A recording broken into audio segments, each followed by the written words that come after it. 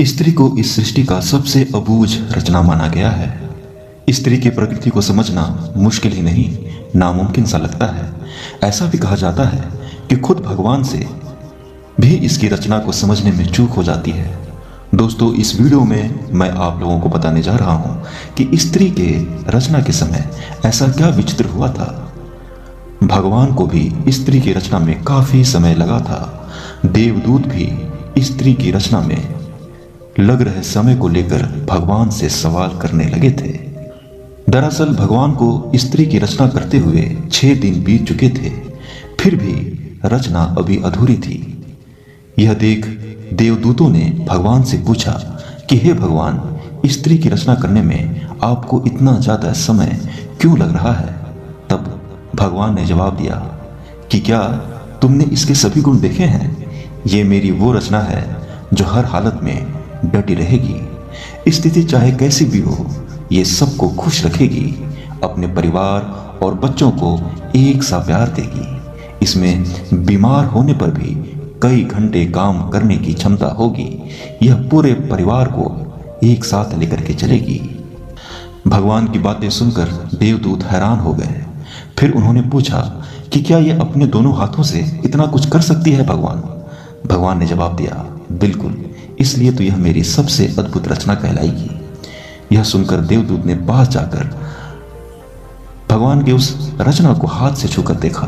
दूतों ने कहा कि हे प्रभु, ये तो बहुत नाजुक है। भगवान ने हंसकर कहा कि ये बाहर से नाजुक जरूर है, पर अंदर से उतनी ही मजबूत है, उतनी ही शक्तिशाली है। अर्थात ये कोमल है पर कमजोर नहीं है। भगवान ये स्त्री के लिए कह रहे हैं। भगवान के मुंह से इतना सुनने के बाद देवदूत इस रचना के बारे में और भी जानने को व्याकुल हो गए। देवदूतों ने भगवान से पूछा कि हे प्रभु, क्या स्त्री में सोचने समझने की क्षमता होगी।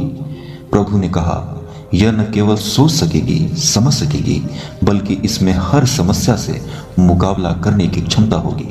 दरअसल देवदूत ने जब पास जाकर स्त्री के गालों को हाथ लगाया था, तब उन्हें कुछ पानी जैसा प्रतीत हुआ था। उन्होंने भगवान से पूछा कि हे भगवान, इसके गालों पर पानी जैसा क्या है। तो भगवान ने कहा, ये इसके आंसू है। जवाब सुनकर देवदूत हैरान हो गए और पूछा, आंसू? पर वो किस लिए। इसके जवाब में भगवान ने कहा कि जब ये कमजोर पड़ने लगेगी तो ये अपनी सारी पीड़ा आंसुओं के साथ बहा देगी। इसके बाद ये फिर पहले की तरह मजबूत हो जाएगी। अपने दुखों को भुलाने का इसके पास ये सबसे बेहतर तरीका होगा।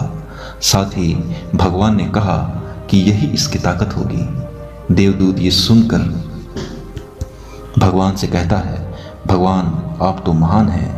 इस रचना को आपने बहुत सोच समझ कर बनाया है। फिर भगवान ने कहा, ये स्त्री रूपी रचना हमेशा अपने परिवार की हिम्मत बनेगी और हर परिस्थिति में निश्चल रह कर ही समझौता करेगी। देवदूतों ने कहा, भगवान, आपकी रचना संपूर्ण है।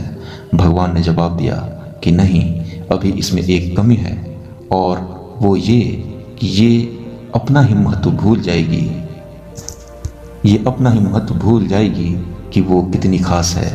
मेरे प्यारे दर्शकों, भगवान द्वारा बनाई इस रचना को जानिए और स्त्री का आदर कीजिए, सम्मान कीजिए।